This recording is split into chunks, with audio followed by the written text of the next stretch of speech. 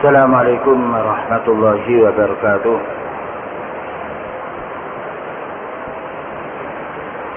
إن الحمد لله نحمده ونستعينه ونستغفره ونعوذ بالله من شرور أنفسنا وسيئات أعمالنا. من يهده الله فلا مضل له ومن يضلل فلا هادي له. أشهد أن لا إله إلا الله وحده لا شريك له وأشهد أن محمدا عبده ورسوله. اللهم صل وسلم على نبينا محمد وعلى آله وأصحابه أجمعين. أما بعد. Ayyuhal ikhwah wal akhwat, kaum muslimin wal muslimat yang dimuliakan oleh Allah Ta'ala, kajian kita pada malam ini melanjutkan kitab yang ditulis oleh Al-Imam Ibnul Qayyim Al-Jauzi, yaitu Ad-Da' wa Dawa, penyakit dan obatnya. Dan pembahasan yang akan kita bahas di sini adalah Zararud dunubi wal ma'asi, bahayanya perbuatan dosa dan maksiat. Jadi dosa dan maksiat itu sangat bahaya.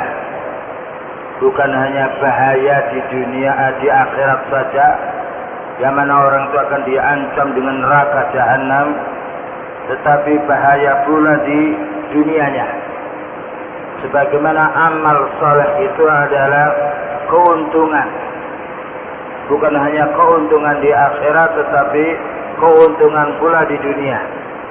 Yang akan kita bahas pada malam ini bahayanya dosa dan bahayanya maksiat. Berkata Al-Imam Ibnul Qayyim Al-Jauzi, "Falnarji ila ma kunna fihi min dzikri dawa'id da'i alladhi in istamarra afsada dunyal 'abdi wa akhiratahu." Maka kita perlu meninjau kembali keberadaan kita sekarang ini, mengingat obat dan juga mengingat penyakit,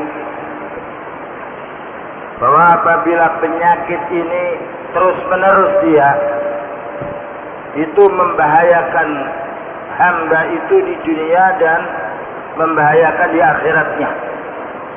Jadi kalau penyakit itu dibiarkan, itu bahaya di dunianya dan bahaya di akhiratnya.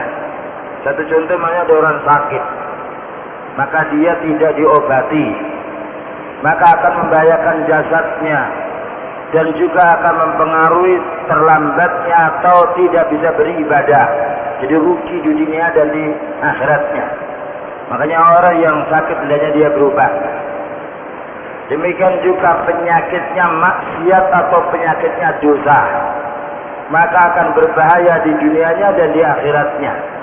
Kemudian beliau mengatakan, "Famimma yanbaghi an yu'lama", maka perkara yang harus diketahui, "anna dzunuba wal ma'asi tadurru wa la budda", dosa dan maksiat itu pasti membahayakan, tidak bisa tidak.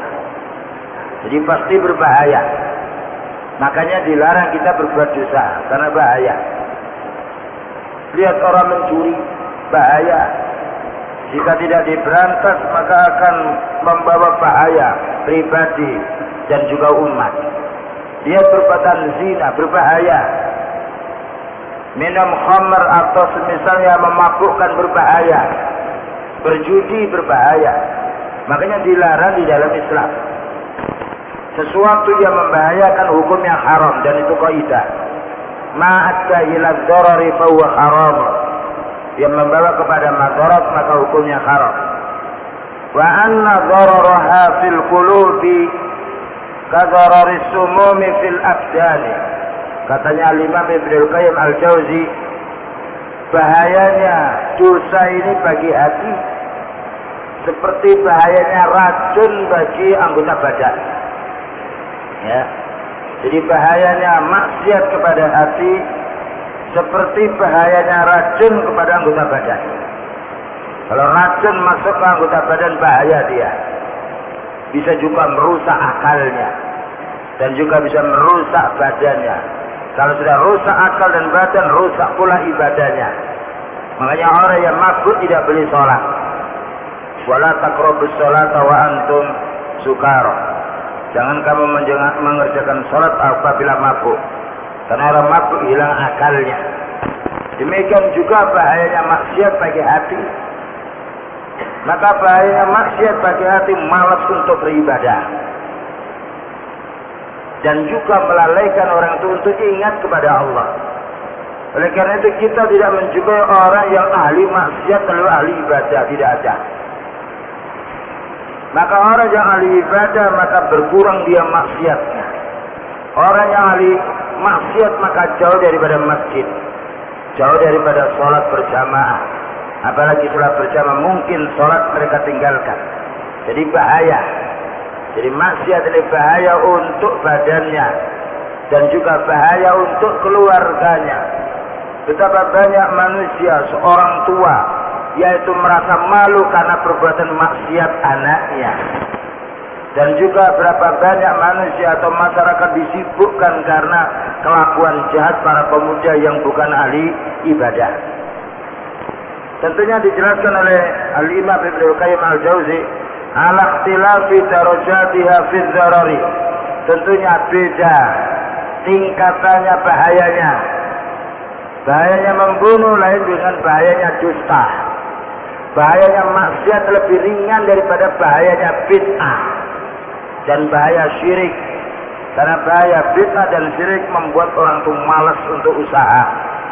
Karena apabila mereka sudah bergantung kepada wali, pada orang yang mati, mereka tidak mau berusaha, tidak mau memohon kepada Allah Ta'ala.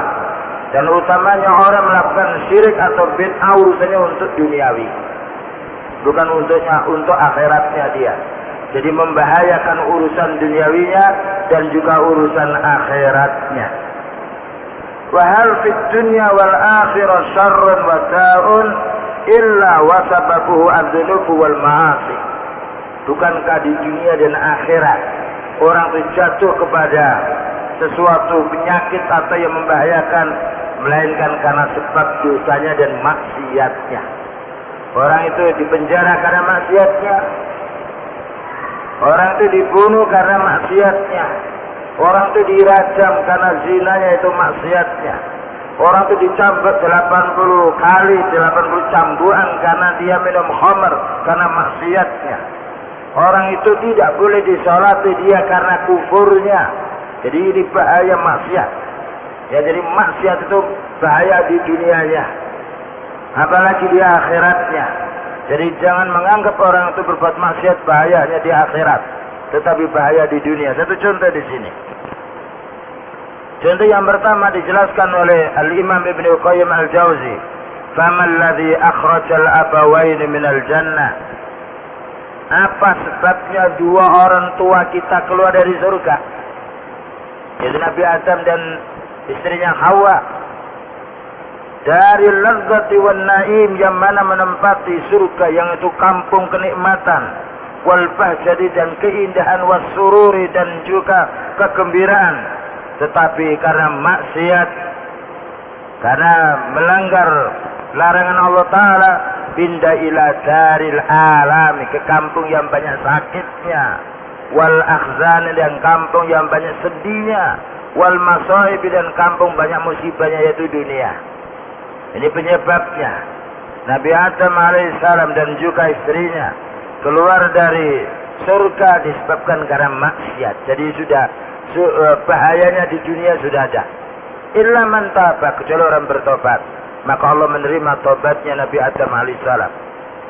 Ini satu contoh. Yang nomor dua, bahayanya di dunia. Wa man ladzi akhraja iblisa min malakutis samai wa tarduhu wa la'anahu.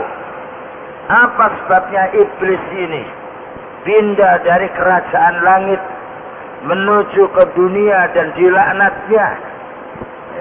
Kita harus memahami Kenapa iblis dia yang asalnya tinggal bersama malaikat dia di tempat yang mulia lalu diturunkan di dunia, bahkan dilaknatnya disebabkan karena mereka tidak mau sujud kepada Allah Ta'ala, tidak mau melaksanakan perintahnya. Aba wastakbara. Ketika diperintah oleh Allah Subhanahu wa taala agar sujud, fasajadu illa iblisa. Semua malaikat sujud kecuali iblis. Aba wastakbara. Enggan dan dia merasa sombong. Enggan melaksanakan perintah Allah dan sombong dia menolak perintah Allah Ta'ala, melanggar larangannya, maka menjadi hina. Yang mestinya tempatnya di langit diturunkan oleh Allah Ta'ala menuju ke dunia. Na'udzubillah min dzalik. Belum lagi nanti yaitu di akhiratnya. Demikian juga contoh yang lain yang nomor 3 dijelaskan oleh Al-Imam Ibnul Qayyim Al-Jauzi. Wa man ladzi aghraqa ahlal ardi kullahum hatta 'alal ma'u fawqa ru'usil jibal. Apa yang menyebabkan penduduk bumi pada zaman Nabi Nuh alaihissalam mereka ditenggelamkan di air sampai di permukaan gunung karena maksiatnya? Demikian juga balak yang menimpa pada zaman sekarang.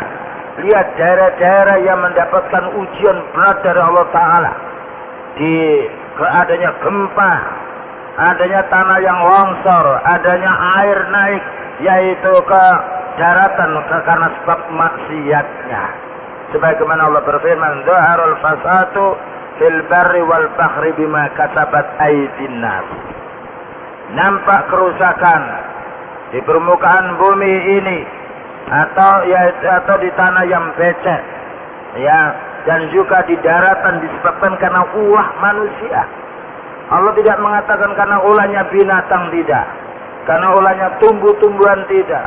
Lihat yang menggunduli yaitu gunung atau hutan adalah manusia, sehingga banjir melanda ke sana kemari, ulahnya manusia. Maka perbuatan maksiat membawa dampak yang sangat besar di dunia dan mengakibatkan pula orang yang mukmin mendapatkan pula musibah disebabkan orang yang melakukan perbuatan dosa. Makanya Allah mengatakan, wattaqu fitnatan la tusibanna alladziina zalamu minkum khassah. Takutlah kamu kepada bala atau musibah yang bukan hanya menimpa kepada orang berbuat zalim, tetapi menimpa kepada orang secara umum, yang nanti akan dijelaskan yaitu dalilnya.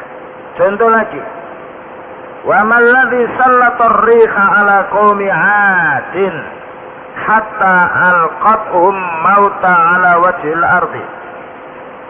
Apa yang menyebabkan angin itu menghempas, ya, membakar kaum 'Ad sehingga mereka mati bergelimpangan di permukaan bumi karena perbuatan dosanya, di mana mereka melanggar yaitu perintah-perintah nabinya, mendustakan nabinya, maka dihukum oleh Allah Subhanahu wa taala. Demikian juga contoh yang lain, wa man ladzi arsala ala qaumi samud as-sayhata hatta qata'at qulubahum fi ajwafihim wa matu an akhirihim. Apa yang menyebabkan kaum Samud itu sehingga terbakar dengan petir, sehingga patah atau lepas yaitu hati-hati dan jantung mereka di dalam, sehingga mereka itu mati karena perbuatan maksiatnya. Ini contohnya, ikhwan, umat yang dahulu mereka merajalela berbuat maksiat di permukaan bumi, sombong karena pengikutnya banyak, sombong karena memiliki kedudukan, sombong karena hartanya banyak, tidak mensyukuri nikmat Allah, maka di dunia sudah dihancurkan, bagaimana di akhiratnya? Na'udzubillah min dzalik. Makanya kita hendaknya berusaha untuk mendakwai. Pertama, membentengi diri kita, menuntut ilmu dan beramal soleh. Dan kita lihat negara-negara yang dihukum oleh Allah Ta'ala dengan bencana, umumnya negara yang banyak syiriknya, yang banyak bid'ahnya. Tapi negara yang sifatnya banyak imannya diselamatkan oleh Allah Ta'ala. Satu contoh kota Madinah, kota Mekah yang merupakan Al-Haramaini, negara yang haram diganggu, banyak orang muslimnya dan banyak orang yang ahli ibadahnya, tempatnya para utusan Allah Ta'ala diutusnya, diselamatkan oleh Allah Ta'ala. Berapa banyak manusia yang haji dari beberapa suku dan negara karena mereka bersatu atas Islam, maka Allah menjamin aman hidup mereka. Tidak ada gempa, tidak ada air laut yang naik di daratan dan juga yang lainnya. Ini satu contoh. Jadi kita harus mempelajari bahwasanya maksiat ini, bahwasanya gempa atau bahwasanya yaitu musibah itu sebabnya maksiat. Sebagaimana perkataan Ali bin Abi Thalib radhiyallahu anhu, "Ma anzalal musibata illa bimaksiatin wa yazulu bitaubatin." Di dalam musibah datang itu melainkan karena dosanya atau maksiatnya, dan akan hilang dengan tobat. Makanya Nabi Nuh alaihissalam memerintah kepada Nuh, yaitu kaumnya, "Faqultu astaghfiru rabbakum innahu kana ghaffara." Maka aku berkata, katanya Nabi Nuh alaihissalam, berkata kepada kaumku, segeralah kamu istighfar, melepaskan diri dari perbuatan maksiat, karena Allah menerima pengampunan hambanya. Kalau kalian mau istighfar, yursilis sama alaikum midrar, maka Allah akan mengirim hujan yang deras. Hujan bukan hujan balak, tapi hujan rahmat.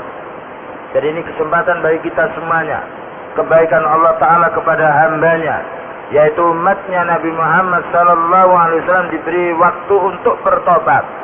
Maka orang yang berbuat syirik, apabila dia mau bertobat, mau kembali kepada tauhid, yang minta-minta ke ahli kubur, paranormal, dukun yang lainnya, dia hanya kembali bertobat, hanya minta kepada Allah, tidak memuja kuburan yang lainnya.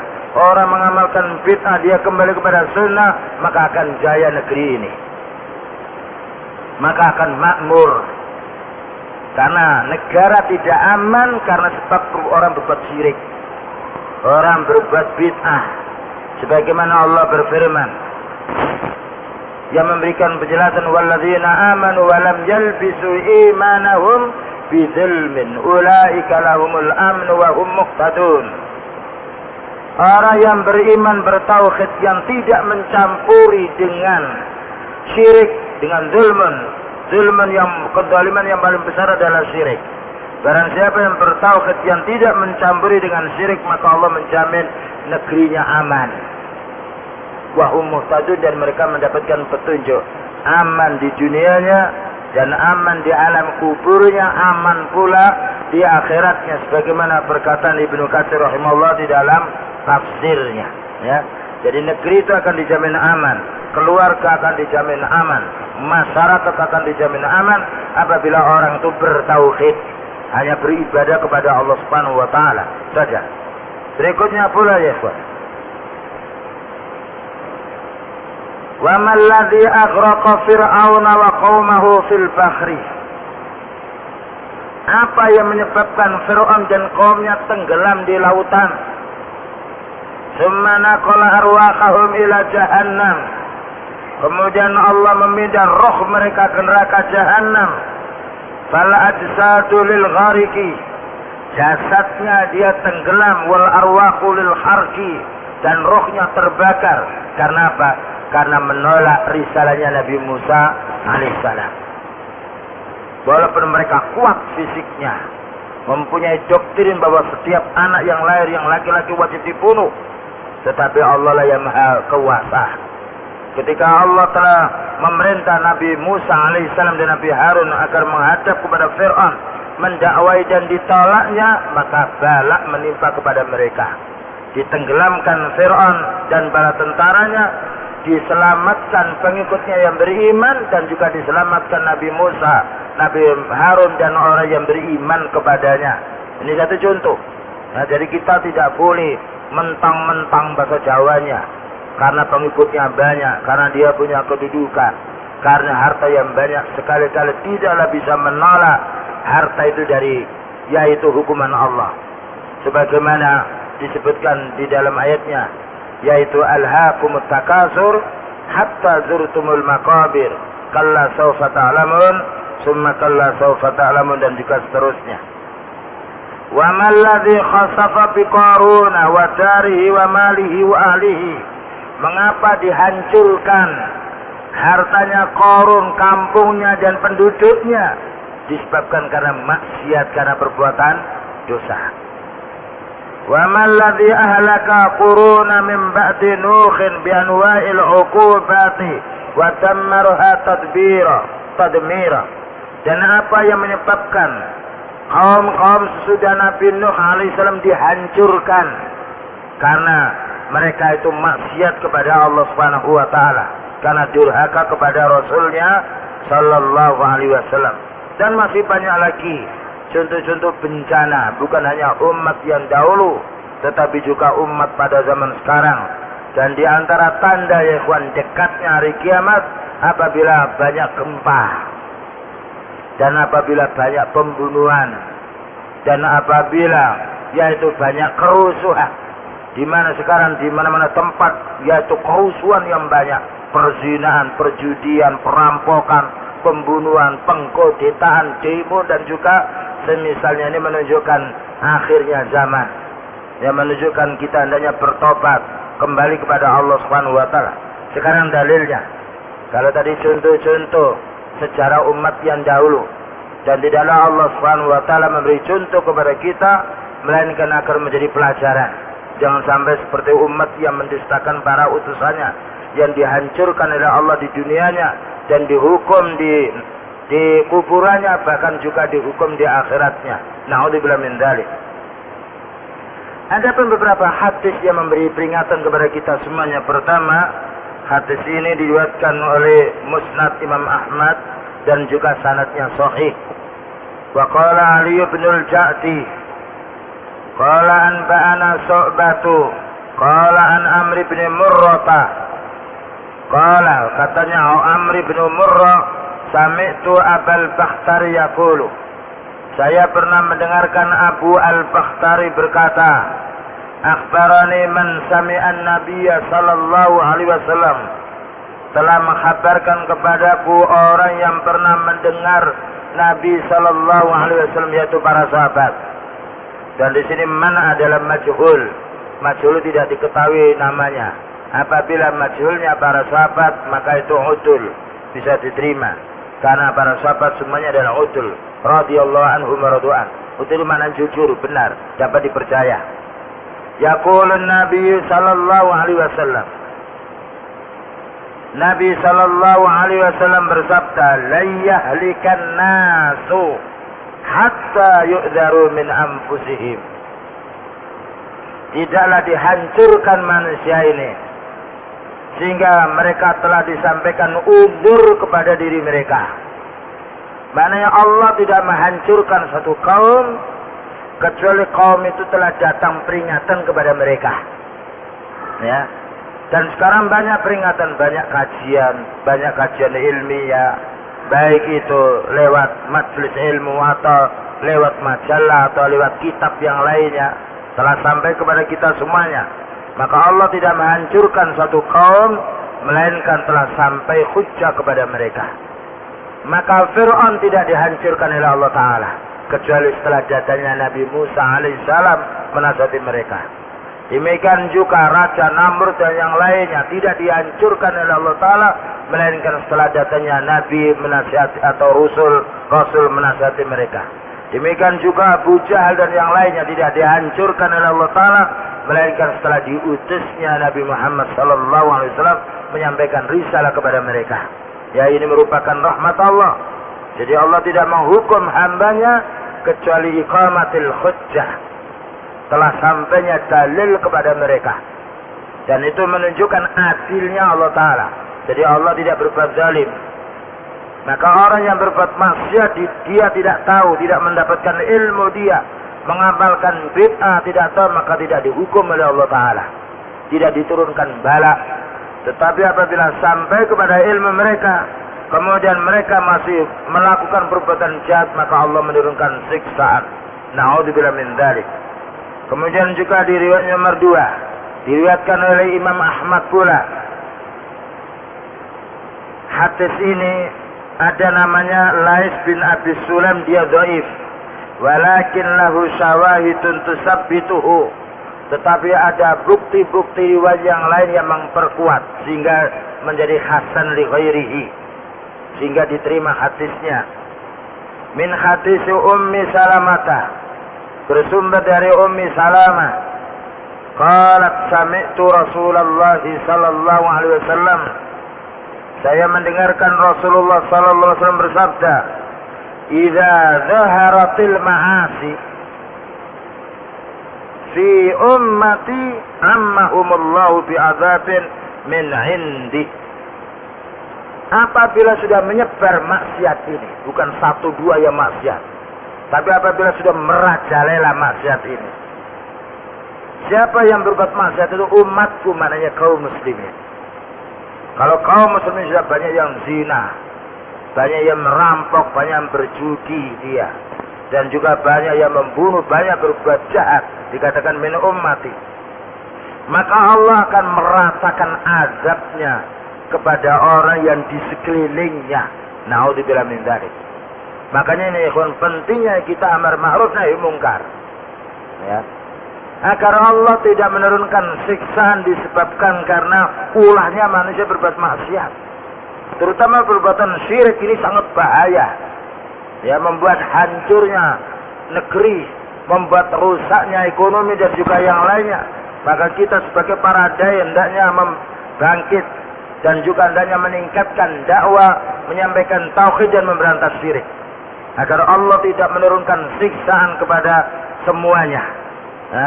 Jadi beliau mengatakan apabila maksiat ini sudah merata, banyak dilakukan oleh kaum muslimin, maka Allah akan meratakan azab itu kepada yang lainnya tidak berbuat dosa. Faqultu, katanya Ummu Salamah, ya Rasulullah, wahai Rasulullah sallallahu alaihi wasallam, ama fihim yauma idzin unasun salihun. Bukankah orang pada zaman itu masih ada yang baik, ada yang masuk di masjid dia, ada yang sholat, ada yang siam. Bagaimana mau diratakan semuanya? Qala bala, benar, ada orang yang saleh. Qultu fa kaifa yusna'u bi aulaika. Lalu menanya Ummu Salamah, bagaimana orang tidak berbuat dosa kena hukuman pula di dunianya? Qala yusibuhum ma asaban nas. Ya. Mereka kena musibah karena ulahnya manusia.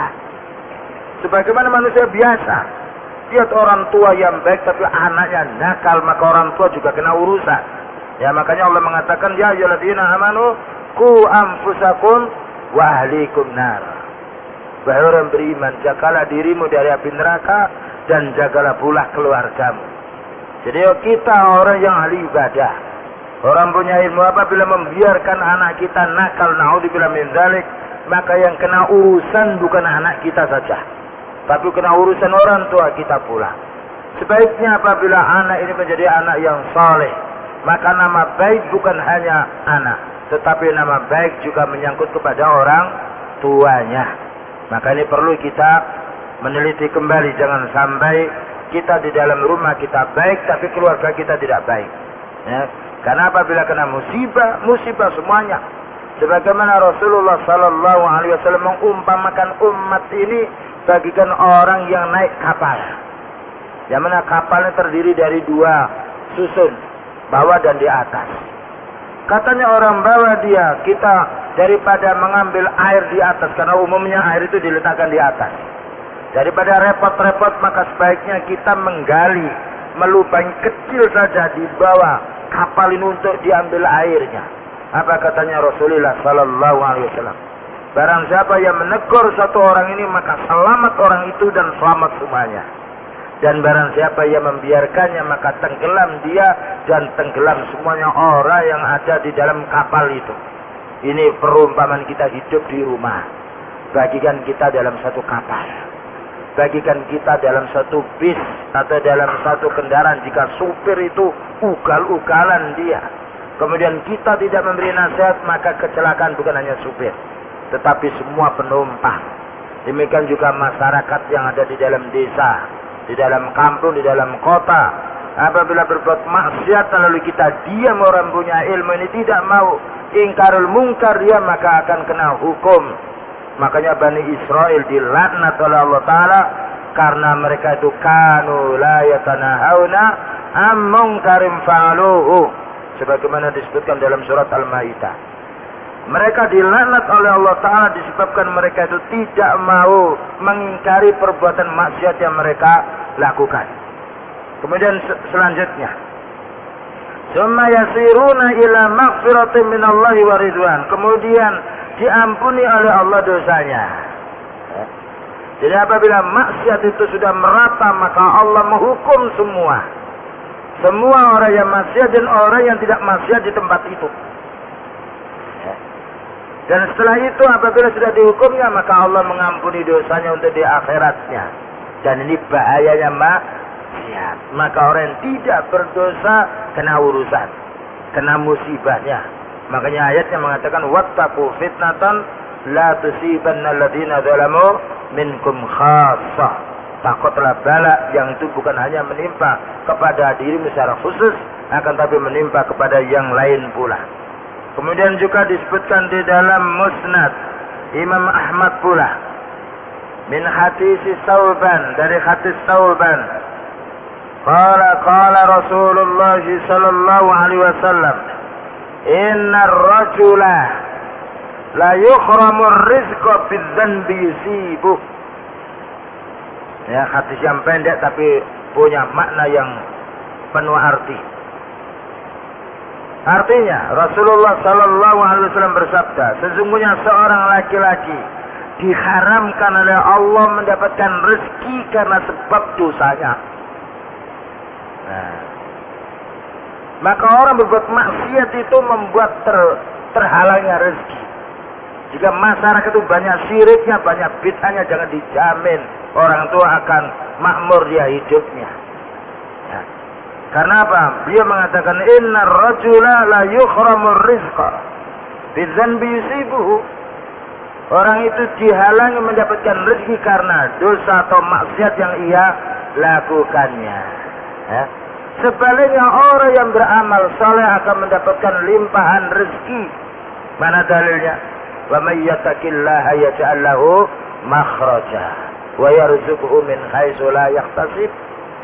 Barang siapa yang bertakwa kepada Allah Ta'ala, maka Allah akan mencarikan jalan keluarnya dan akan memberi rezeki yang tidak terduga. Lihat negara Saudi, negara yang kecil dia, ya tidak ada tumbuh-tumbuhan yang ditanam. Yang lainnya tidak bisa seperti di negeri kita, tapi rezekinya menyebar seluruh dunia. Itu satu contoh, karena orangnya ahli takwa, karena orangnya ahli iman. Ini satu contoh yang mana kita bisa mengetahui dalam sejarah. Tapi banyak negara yang dihantam dengan kemiskinan karena apa? Karena maksiatnya masyarakatnya, karena maksiatnya orang-orang tertentu dia. Seandainya mereka mau kembali menjadi orang yang beriman dan takwa, walau anna ahlal qura amanu wattaqau lafatahna alaihim barakatin minas samai wal ard walakin kadzabu. Seandainya penduduk negeri itu mau beriman dan takwa, dari mulai atasnya sampai bawahnya dia, dari bapak sampai anaknya dia menjadi orang beriman dan takwa, punya ilmu din dan mengamalkannya, maka Allah akan membuka rezeki dari langit dan bumi. Ya, jadi penyebab terhalangnya rezeki karena maksiat. Lihat orang yang berjudi, banyak hutang dia, habis apa yang dimiliki di rumahnya, menjadi terlantar istri dan anaknya. Lihat orang yang pencuri, orang yang pembunuh dia, maka dia terkuras dia, yaitu hartanya. Lihat pula orang yang makan riba, tidak berbarokah dia hartanya. Karena Allah mengatakan yamhaqullahu riba wa yurbis shadaqah. Allah akan menghapus kebaikannya, hasil daripada riba. Tetapi Allah akan menambah hartanya orang yang bersedekah. Tidak ada orang yang mengeluarkan zakat lalu dijadikan oleh Allah miskin, tetapi Allah menambahnya atau menambah yaitu kesehatannya dan juga semisalnya. Hadis yang lain ya kawan, yaitu hadis yang diriwayatkan oleh Imam Abu Dawud rahimahullah, dan hadis ini juga sahih. Qala Rasulullah sallallahu alaihi wasallam, yushiku an tatada'a alaikumul umamu min kulli ufukin kama tada'al akalatu ala qas'atiha. Hampir-hampir saja umat Islam ini dikerumuni oleh musuh-musuh di setiap penjuru.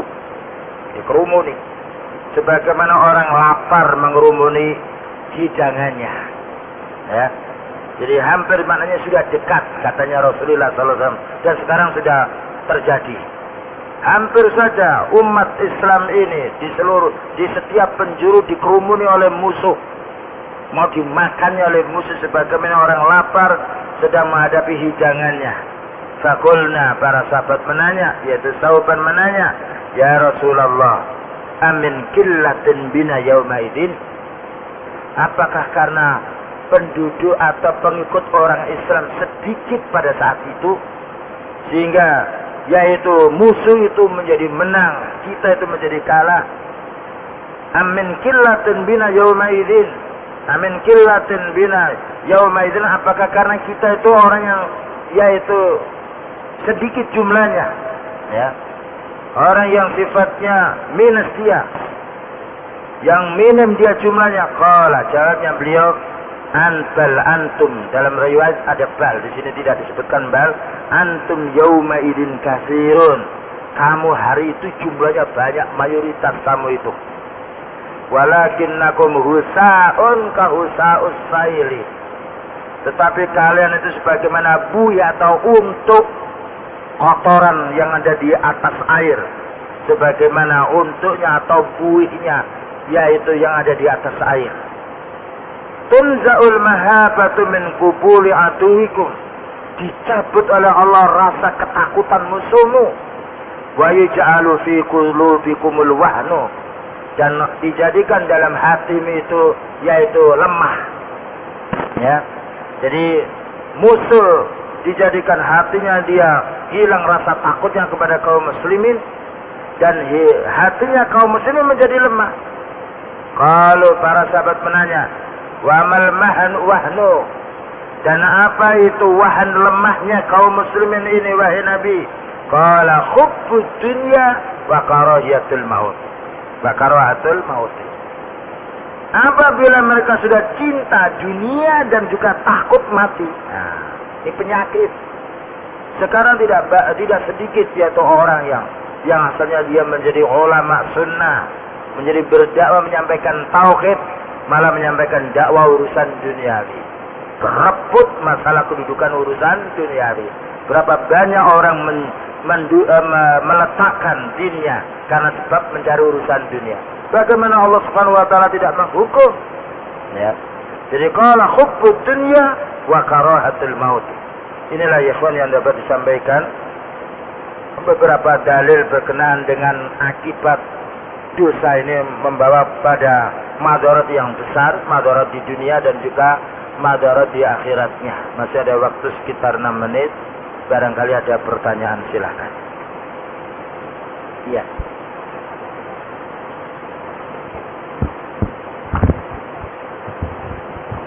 Menghindari maksiat yang samar, kita harus menuntut ilmu.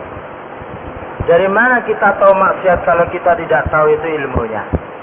Maka orang ingin tahu maksiat, ingin taat, harus menuntut ilmu Al-Quran dan menuntut ilmu hadis Rasulullah Sallallahu Alaihi Wasallam. Karena yang hak dan yang batil hanya diketahui di dalam Al-Quran dan hanya diketahui di dalam hadis. Kalau kita sudah menuntut ilmu tahu itu haram, ya harus kita tinggalkan. Kalau itu tahu bahwasanya wajib, ya hendaknya kita kerjakan apabila kita mampu. Kalau tahu itu sunnah, ya hendaknya kita kerjakan karena itu sunnahnya Rasulullah Sallallahu Alaihi Wasallam selagi kita mampu. Jadi untuk mengetahui itu maksiat atau menghindarinya, kita harus mengetahui ilmunya tentang maksiat. Dan ilmu maksiat itu tidak menurut perasaan, bukan impian, tetapi diketahui di dalam Al-Quran dan hadis Rasulullah Sallallahu Alaihi Wasallam. Makanya para ulama mengatakan bahwasanya Al-Quran itu alaina wa ilaina, bahwa Quran itu untuk menghukum kita dan juga untuk mengganjar amalan kita, menghukum kita apabila kita salah, kemudian juga mengganjar kita apabila kita amalan kita itu benar. Ini untuk menjauhi maksiat-maksiat baik yang samar maupun maksiat yang sifatnya nyata. Wallahu a'lam bishawab. Yang lain ya, Pak.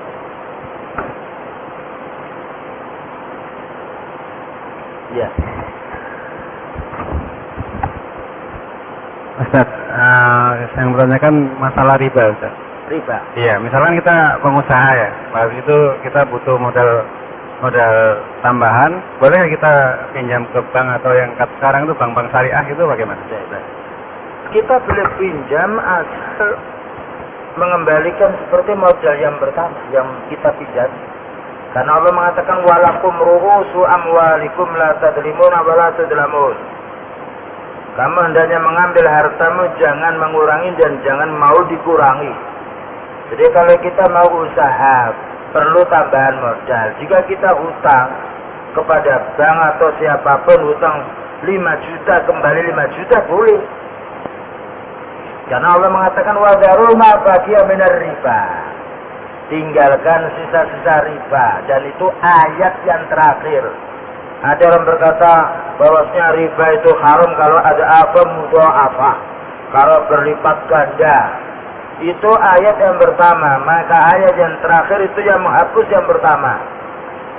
Nah, dan makna ada apa mudha'afah ini, kalau kita kembali orang jahiliyah pada zaman dulu, kalau orang jahiliyah dulu, kalau kita hutang 5 juta, itu ditanya, kapan kamu bayar? Kalau 3 bulan dia bayar 3 bulan harus 5 juta. Tapi kalau sudah 3 bulan ditagih tidak membayar, maka disuruh menambah. Itu namanya ada apa berganda. Jadi bukan hutang 1 juta harus bayar 2 juta, bukan begitu maknanya. Jadi bertambah banyak karena molor membayarnya. Ya, sehingga mungkin bunganya lebih tinggi daripada yaitu uang yang yang dipinjam, dan ini bahayanya. Nah, dan juga dijelaskan pula beberapa ayat bahwasanya alladzina yaquluna riba la yaqumuna illa kama yaqumul ladzi yatakhabbathu asyaitanu minal massi. Orang yang memakan hasil riba bisa tidak bisa bangun dari alam kuburnya, melainkan seperti bangunnya orang pingsan yang dikepui, yang ditamparnya oleh syaitan. Na'udzubillah min dzalik. Ya. Jadi kita boleh pinjam, tapi namanya pinjam 100 ya kembali 100. Ya, beda kita kalau pinjam sepeda boleh. Karena sepeda itu berputar, bannya tambah tipis dia. Kurang ulinya yang lain itu kita boleh menyewa. Tapi menyewa duit tidak boleh. Karena duit itu lama dan duit itu baru sama dia nilainya. Jadi barang yang riba tidak boleh, yaitu digandakan atau dibungakan. Dan tidak boleh kita mengatakan ini uang tanda terima kasih. Barang yang haram apapun tetap namanya haram walaupun diganti namanya. Baik ikhwan, waktunya sudah masuk isya, kami cukupi sekian. Wassallallahu ala nabiyyina Muhammadin wa ala alihi wa sahbihi wasallam. Subhanakallahumma wa bihamdika asyhadu an la ilaha illa anta astaghfiruka wa atubu ilaik. Walhamdulillahirabbil alamin.